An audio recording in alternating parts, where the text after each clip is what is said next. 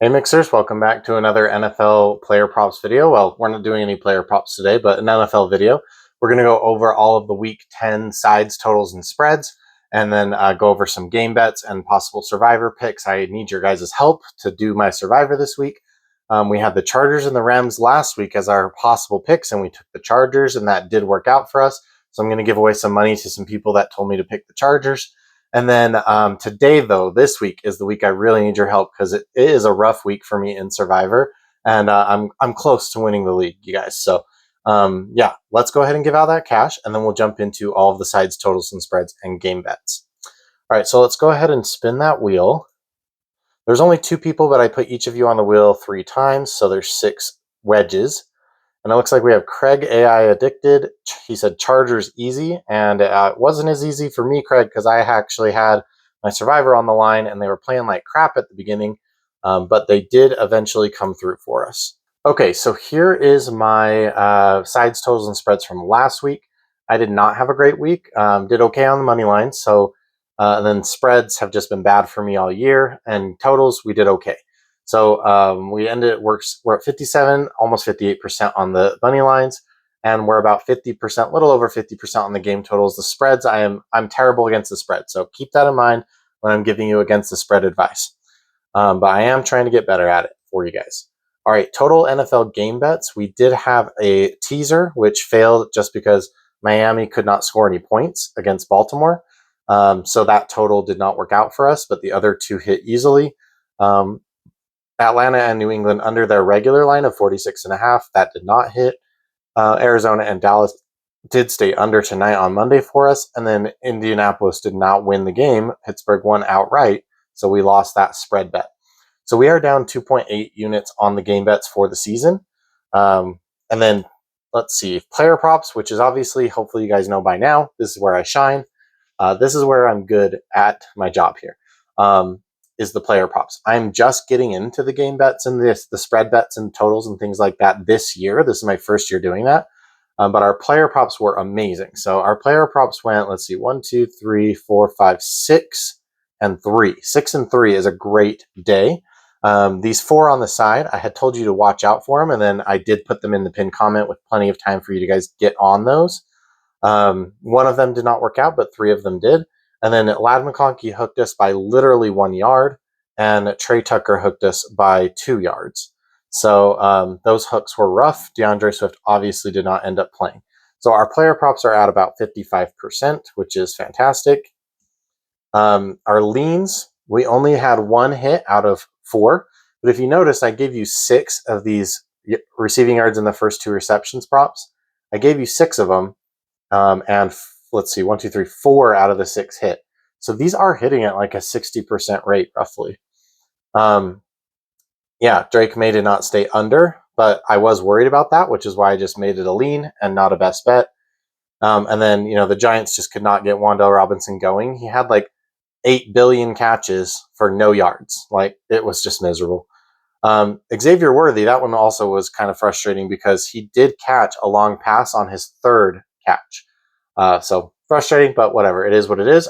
Our leans are still above 50%. They're at 54%. And then our touchdowns, we did get our Josh Downs touchdown, but we did not get the other 3. I was incredibly frustrated about Trey Tucker, but we'll talk about him on the next slide when we talk about the ladders. And we're down about 8.5 units for the touchdowns. But if you look, it's mostly those first 3 weeks when I was playing full units on all the touchdown calls instead of half units and quarter units. So I am slowly trying to dig out of that hole. I don't know if we'll be able to dig out of that touchdown hole by the end of the season, but hopefully we can. All right, and then the ladder. So our ladders have gone 7 and 2, which have been incredible this year. But unfortunately, this was our 2nd lost ladder of the season. He did hit the first rung of the ladder, which was the lowered line, but he did not hit his regular line, and he did not hit any of the ladder lines. So this was frustrating for me because literally wide receivers on the outside have been cooking this Jacksonville team all season long. All of the number 1 wide receivers went over their lines, except for Ricky Pearsall, who left the game early. Outside wide receiver ones. And then several of those went over 100, right? We took some of those. We took Nico Collins in that spot. We took Drake London in that spot. So I don't know who's game planning for the Raiders. And I don't care that you have Brock Bowers. Like, you should target them where they're weak, which is on the outside. And they had Trey Tucker literally running 5-yard deep crossing routes when they could have him ripping up the seam, like ripping up the side of the field, and getting them chunk plays. So he just was not part of the game plan. It was a bad call by me. So I'm sorry if you tailed me on the ladder. I lost about, let's say, 2 units or so on this. Let's see, 1, 2, yeah, almost 3 units because of the touchdown call as well. I guess we earned some units on that one leg. So yeah, about 2.5 units I lost, which is frustrating, but it doesn't break the bank. And that's one reason that you want to use unit management. You don't want to put a full unit on each one of your ladder legs, especially the highest leg. You just need to put enough units to be profitable if you hit the first 3 legs. That's how I do my ladders. All right, teams on by. We got the Cowboys, the Titans. Thank goodness we don't have to watch them this week. The Bengals and the Chiefs. And then next week will be the Colts after their international game and the Saints. All right, Las Vegas at Denver is the Thursday night football game. And this one's kind of crazy to me. The spread is 8.5 to 9.5, total 41.5. Money line plus 400 for the Raiders, minus 475 for the Broncos. These two teams have traded in the past 2 games. The home team won both times, and then the Raiders won the previous 8 games before that. So the Raiders have dominated this Broncos team, except for recently they've been trading. So the Raiders are heading to Denver, obviously a tough place to play. They're only scoring 12.5 points in away games, and the Broncos are only allowing 18.4 points at home. So the Raiders are in a rough spot. I kind of have like the Broncos demolishing the Raiders. Now I know that this is a division matchup. It could always get crazy. This is literally the same line we were seeing for the Minnesota Vikings and the Detroit Lions. But the Raiders are not the Vikings. They're worse than that. And true, I don't think the Broncos are necessarily as good as the Lions either. But I don't know. I just don't see the Raiders keeping this one close at all. So I think that the Broncos are going to stomp them. I do see Denver on the money line, Denver on the spread, and then I'll take the over 41.5. But I think the Broncos will be doing practically all of the scoring there. The Raiders are going to need to get off to a hot start if they even want to stay in this game. Because if they get behind, they are going to stay behind the whole game. So I would consider as bets for this game taking Denver in a teaser, or taking the over the total in an alt total parlay, which we've been really good at hitting this year. So on the final screen, I'll show you if I ended up doing all of those things. That area is kind of like for me to take notes while I'm looking at these games, and then I go through and look at them and make my final decisions. All right, Atlanta at Indianapolis. This game is in Germany. The spread is 5.5, but it started at 7. So I want to make that clear that the Colts were favored by 7. Now it is 5.5, which I think is correct. I would have loved to take the Falcons at 7, probably, because I think this will be a 7-point game. All right, total 48.5, money line plus 230 for the Falcons, minus 270 for the Colts. These two teams have traded in the past 2, with the home teams winning each time. This game is obviously in the neutral field. Falcons are scoring only 13.8 points in away games, and the Colts are allowing 24.5 in away games, which kind of gives the Falcons kind of some leeway here to score anywhere between like 14 and 24 points. The Colts are scoring 29.8, almost 30 in away games, and the Falcons are allowing 20. So 20 to 30 for the Colts. So I see a 27-20 score. That gets us just barely under this total. And I do think it's possible it stays even lower than this, because just international game could end up just being a little bit lower.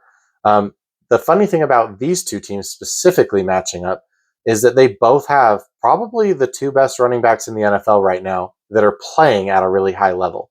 Obviously, there's like Christian McCaffrey, Derrick Henry. I mean, don't come down my throat in the comments. These two, Bijan and Jonathan Taylor, are just playing really, really well this year. And that, I'm not surprised by that. I have Jonathan Taylor in one of my leagues, and I didn't have a high enough draft pick to get Bijan in any of my leagues. So, but yeah, I kind of thought that Jonathan Taylor would have a good year. I think Indianapolis on the money line here, Indianapolis on the 5.5 spread, but I would like Atlanta on the longer spread. So, anyway, and then the under 48.5. I think the best bet here would be to tease the Colts through 0, but at that point, it's just a pick 'em. So kind of the Colts money line is what I'm looking at, maybe doing a money line parlay. I didn't write that down here, but that's what I'm thinking. All right, New York Giants at the Chicago Bears. The spread is 3.5. It was 5.5, not right now that it opened, but the look ahead line was 5.5. Total is 48.5, and the money line is plus 162 for the Giants, minus 185 for the Bears.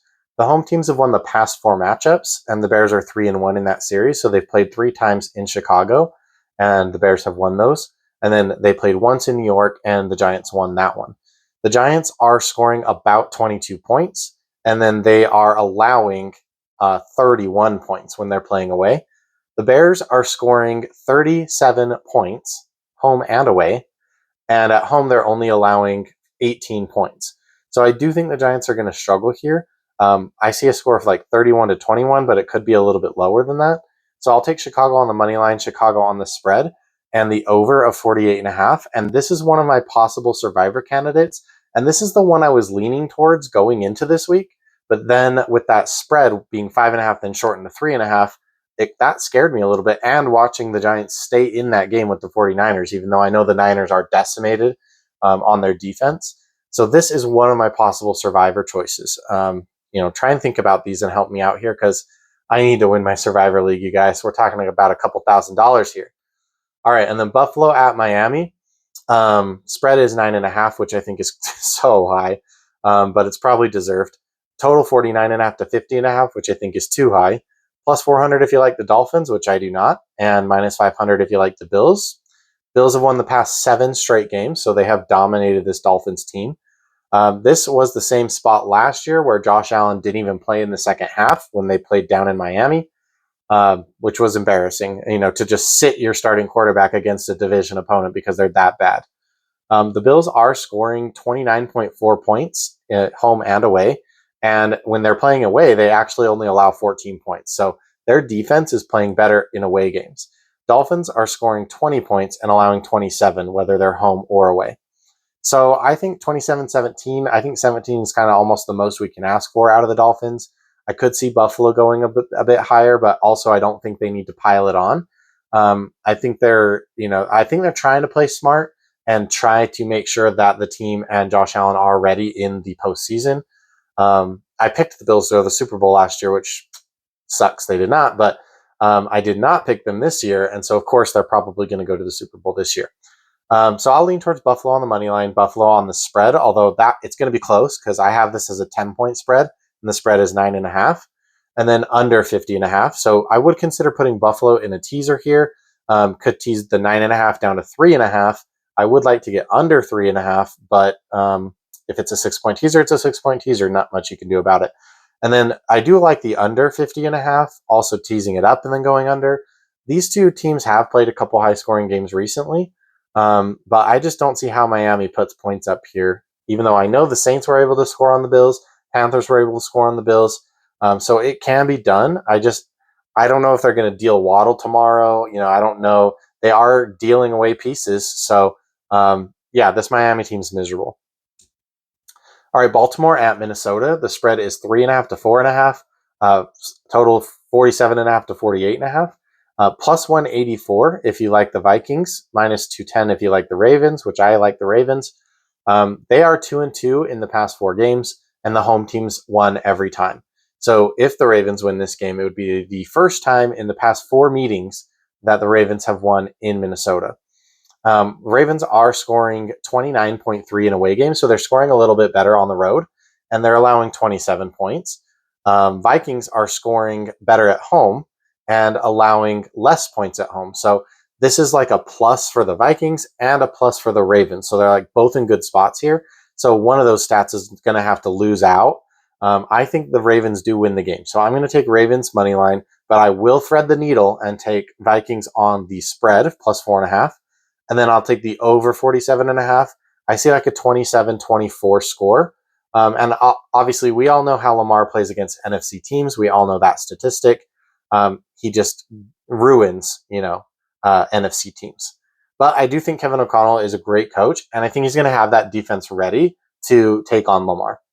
Okay, so my best bets in this game are going to be teasing Baltimore through 0. Let's see if we did that.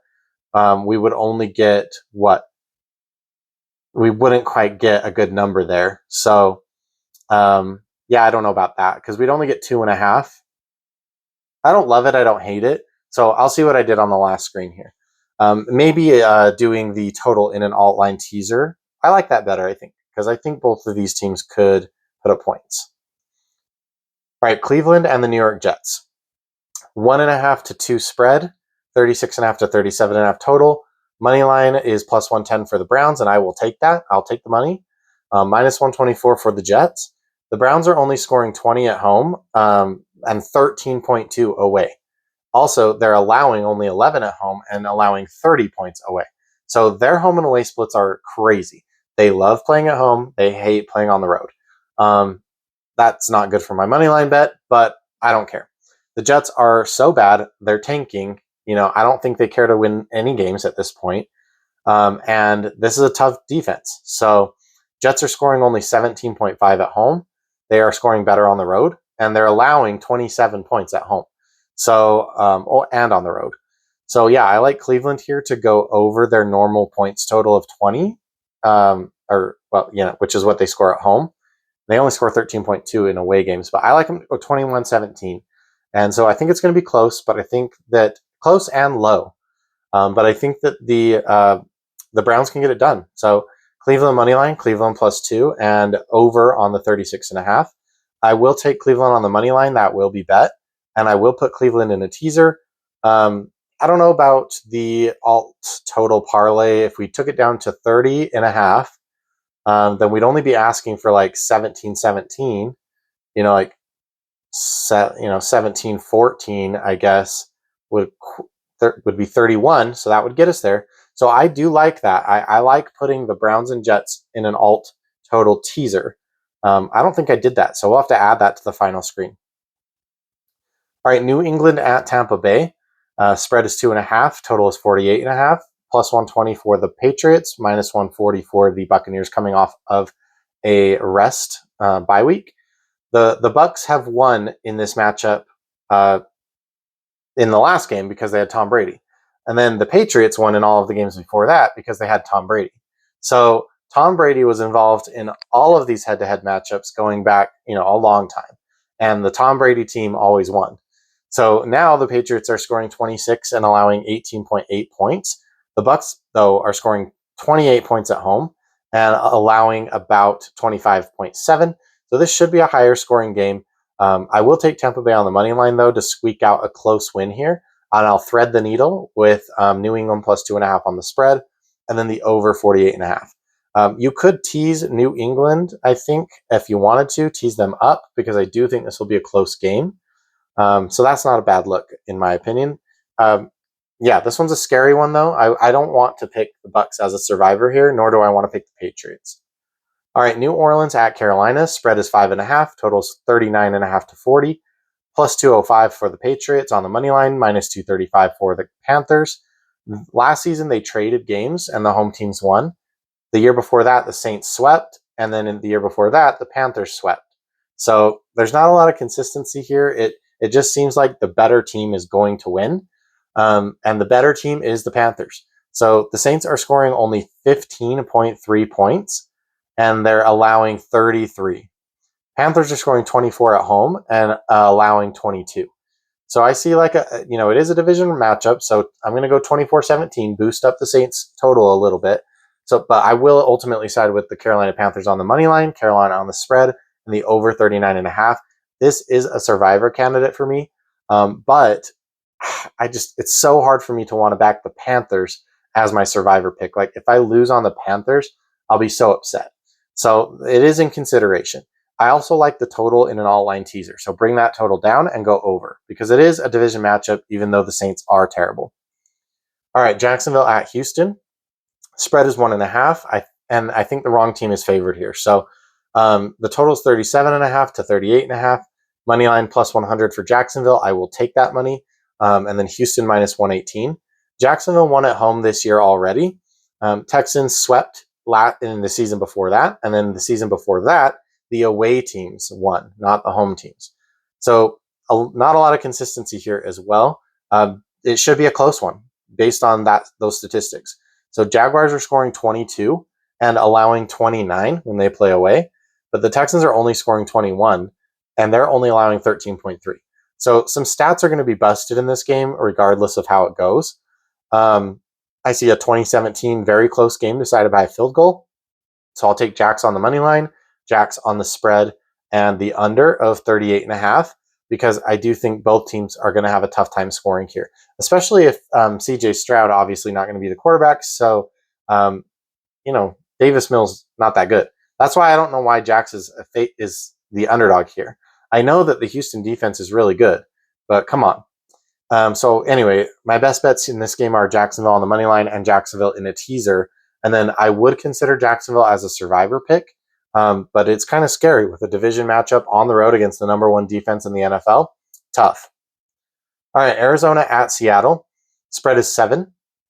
Total 44.5 to 46.5.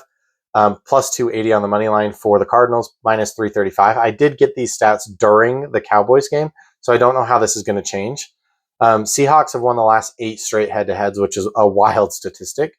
Cardinals are scoring 21.9 and allowing 22. So I think, and the Seahawks are allowing about 21.8. So I'll put the Cardinals at 21. And then the Seahawks themselves are scoring 28.9. So I'll go 27-21. Could be like 24-21, a little bit closer. But either way, I'm going to take Seattle on the money line, Arizona on the spread, and then the over of 44.5. And I think you could put Seattle in a teaser down to 1, basically down to a pick 'em. All right. LA Rams at San Francisco 49ers. The spread's 3.5, total 49.5. Money line plus 162 for the Niners and minus 182 for the Rams. Rams are scoring, 27.8 points away. So they're playing even better on the road than they are at home. And they're only allowing 15.9 points. That defense is legit, second best in the NFL at allowing points. 49ers are only scoring 19 at home. They're playing actually better in away games, which has been true over the last couple of years, actually. But they are only allowing 17 points at home. So they have not allowed a lot of points at home. I think Matthew Stafford is going to be the one to bust that. The 49ers just lost another linebacker in the last game to injury, and they're already torn up by injuries, especially on the defense. I know they might be getting Purdy back and Ricky Pearsall, but I just don't think it makes a difference against the second best defense in the NFL. And unfortunately, the 49ers just can't get pressure. And if Matthew Stafford is not going to be pressured, then he's just going to carve you up with Puka Nacua, Devontae Adams, and whoever else. He can throw the ball to anybody. Kyron, Tyler Higbee, I think, is gone, but Colby Parkinson's a great player.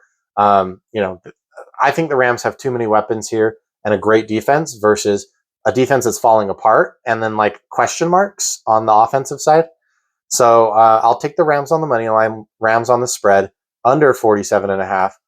And also the Rams are trying to get revenge for losing at home in overtime this year earlier. And I like this one for a survivor pick. So this one and the Bears are like my top 2 right now. So talk me out of them if you do not like those picks. And I think you could, let's see. Yeah, if you took the Rams in a teaser, you'd only end up with plus 2.5. And so you can't get that key number of 3. So I'm going to stay away from that teaser. All right, Detroit and Washington, 8.5 spread, 49.5 to 50 total, plus 375 on Washington, which that should be plus 400, and minus 450 on the Lions. The Lions have won twice at home in the regular season. They lost in the playoffs last year, if you remember that, to the Commanders. Heartbreaking loss to the Commanders. I liked both teams in that game because I like to cheer for an underdog, but I still see the Lions as kind of an underdog. Just because they've never been to the Super Bowl, and I really thought that was their year. So I think they get revenge for that and just pile on to this bad Washington team. The Lions are scoring 26.3 points in away games, and the Commanders are allowing 28. So I think that the Lions can at least get to 27 here. And then the Commanders are only scoring 25 at home, and the Lions are only allowing 27.8. So it could be a little bit higher. I mean, Washington could get one more touchdown than what I have here. But even if that did happen, then, I guess that would get it over the total, over 50. But I just think the Lions lay down the hammer and show this team, get revenge from last year. So Detroit on the money line, Washington plus 8.5 for the spread, and then the under of 50. But, I don't feel really strongly about any of those. And I'll take Detroit in a teaser, though. All right, Pittsburgh Steelers at the LA Chargers. I don't understand this game at all. The spread is 3, totals 44.5 to 45.5. The Steelers are plus 135 on the money line. Yes, please. So I will take the Steelers on the money line. I will, and then Chargers are minus 148. Insane. So the last two head-to-heads going back to 2021, the home teams won both of those. So this is like a Chargers spot technically. But what, Joe Alt left hurt again, and we saw what the Chargers looked like without Joe Alt the first time. They were disgusting. So yeah, I have no doubt in my mind the Steelers will win this game. So they are a survivor candidate for me. Steelers, Rams, Bears. Those are the three I'm really looking at. We'll go over them at the end. The Steelers are scoring better in away games, and the Chargers are allowing more points at home. So the Chargers play better on the road. The Steelers play better on the road. So I will take the Steelers here. Steelers on the money line, Steelers plus 3, over 44.5, 27-24 score. And I will be betting the money line. I will be betting a teaser, and I will be putting the over in an alt teaser. All right, last game here, Philly at Green Bay on Monday night. The spread's 2.5, totals 44.5. Money line plus 118 for the Eagles. Insane again. I think the wrong team is favored, but I'm not going to bet on the money line here, just because I could see either team winning the game. 3-1, home teams have won in the past 4 head-to-heads. So the home team here is the Packers. The Eagles are scoring 24 in away games, and the Packers are allowing 25. So I think they score around 24. And then the Packers are scoring 23.5 at home, but the Eagles are only allowing 24.5. So 24-24 game, maybe it's 27-24, 24-21, somewhere in that realm is what I'm seeing for this game. I'll take Philly money line, Philly plus 2.5, and then the over 44.5 for my leans. Ultimately, I will play the teaser for Philly. Well, let's see. Yeah, we could tease that and get plus 3.5. That's a lovely line. So let's tease the Eagles through 0, get the 3.5, plus 3.5. I love that. All right, here are my survivor options. So I am 1 out of 28 entries left. I only have 1 entry, and it is my chalky entry. That is the only one that has survived. So I've taken a lot of the heavy hitter teams. We started with 300. So here are my only choices. So 4 favorites. I could take the Bears hosting the Giants. I'm worried because the Giants did play pretty well against the 49ers, I thought, even with no players left. And the Bears allowed like 40 points, just barely, in the last game to the Bengals. So I'm worried about that one, but I like it. Bucks versus Patriots, I kind of hate it, but if I have to, I have to. Panthers versus the Saints, I think that's a good one, but I just don't want to go down with the Panthers. Like if I go down with like the Rams, for instance, I'll feel much better about that I at least took a good team, versus taking the freaking Panthers. So, and then the Rams at the 49ers is the only away game favorite that I like. Underdogs, and there's so many division matchups this week too, which just makes it hard. The underdogs I would consider are Atlanta at Indianapolis in Germany, just because it's in Germany. But I do favor the Colts here, and I think they win by a touchdown about. So I don't love that one. Browns at Jets, I don't hate. I could see the Browns winning this game at the Jets. Jaguars at Texans, I don't hate it, don't love it. Steelers at Chargers, I do like that one. It's a 3-point spread. And then the Eagles at the Packers for a 2.5-point spread. So, I mean, I'm looking at Bears versus Giants, Rams versus 49ers, Steelers versus Chargers. Those are like my top 3. But please let me know what you like. I will give out some money if you put your pick down in the comments and that team wins. Even if I don't pick it, anyone who chooses a team in the comments, one of these survivor picks, if your pick hits, then you'll be in on the cash prize giveaway wheel for the next week's video. All right, and then here are the best bet summary. So I did not actually go ahead and make these bets. It's kind of a new thing I'm trying where I'm going to go on Friday out of town when the lines have settled and make my final bets. But here's what I'm looking at. So the teaser legs I'm looking at, Detroit at Washington minus 2.5, Philly at Green Bay going through 0 to plus 3.5. We got that hook, which I think is important. Denver hosting the Raiders minus 2.5. I love it. Pittsburgh at the Chargers +9. Love it because I already like them on the money line. Cleveland at the New York Jets +8. Jacksonville at Houston +7.5. I worry about that one because I think it is possible that Jacksonville just completely falls apart against a division rival. But I really think they're going to win that one. And then Seattle versus Arizona -1.5. So those are my teaser legs that I love. You could mix and match those however you want.